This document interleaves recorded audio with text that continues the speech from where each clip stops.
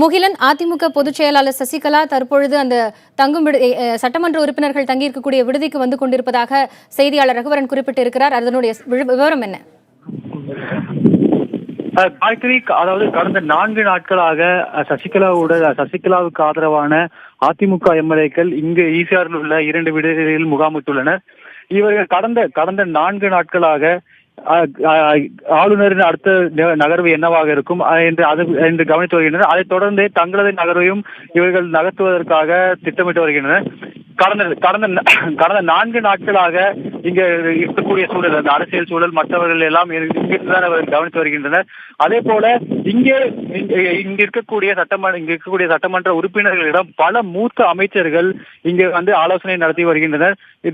நேற்று முன்தினமும் பல முக்கிய அமைச்சர்கள், அதாவது எடப்பாடி பழனிசாமி ஆகட்டும், விஜயபாஸ்கர் ஆகட்டும் போன்ற பல முக்கிய அமைச்சர்கள் இங்கு இருக்கக்கூடிய சட்டமன்ற உறுப்பினர்களுக்கு ஆலோசனை வழங்கி வருகின்றனர். இதன் தொடர்ச்சியாகத்தான் இன்று கட்சியின் பொதுச் செயலாளரான சசிகலா இங்கு சட்டமன்ற உறுப்பினரிடம் தங்களது நிலைப்பாடு என்ன என்பது குறித்து நேரடியாக விளக்குவதற்கே இந்த சந்திப்பானது திட்டமிடப்பட்டிருக்கிறது. காயத்ரி, அதிமுக பொதுச் செயலாளர் சசிகலா சட்டமன்ற உறுப்பினர்கள் தங்கியிருக்கக்கூடிய விடுதிக்கு வந்து கொண்டிருக்கும் காட்சிகளை நாம் பார்த்துக் கொண்டிருக்கிறோம். அவரை வரவேற்க என்னென்ன ஏற்பாடுகள் செய்யப்பட்டிருக்கின்றன முகிலன்?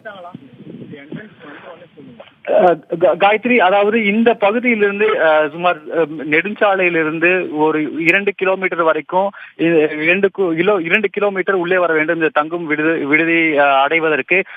அதாவது அந்த நெடுஞ்சாலை தொடங்கி இந்த விடுதி வரை ஏராளமான அதிமுக தொண்டர்கள் தற்போது முகாமிட்டு வருகின்றனர். அதே போல பல மூத்த நிர்வாகிகள், பிற மாவட்டங்களிலிருந்து வந்திருக்கக்கூடிய பல நிர்வாகிகளும் தற்போது இங்கே முகாமிட்டிருக்கிறார்கள். காயத்ரி, அதே போல தற்போது இந்த விடுதியை சுற்றி நூற்றுக்கணக்கான அதிமுகவினர் தற்போது இங்கே குவிந்திருக்கிறார்கள்.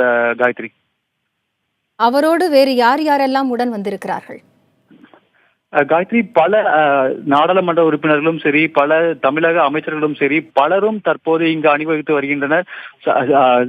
அதிமுகவின் பொதுச்செயலாளர் சசிகலா வருவதை ஒட்டி அநேகமாக கட்சி இருக்கக்கூடிய பெரும்பான்மையான முக்கிய தலைவர்களாக இருக்கட்டும், அமைச்சர்களாகவும் தற்போது இங்கு அணிவகுத்து இருக்கிறார்கள்.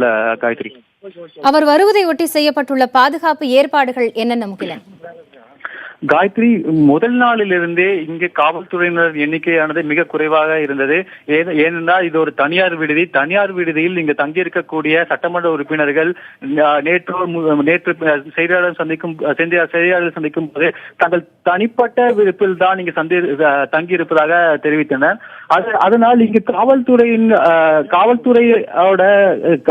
காவல்துறையினர் மிக குறைந்த அளவிலே இருக்கின்றன.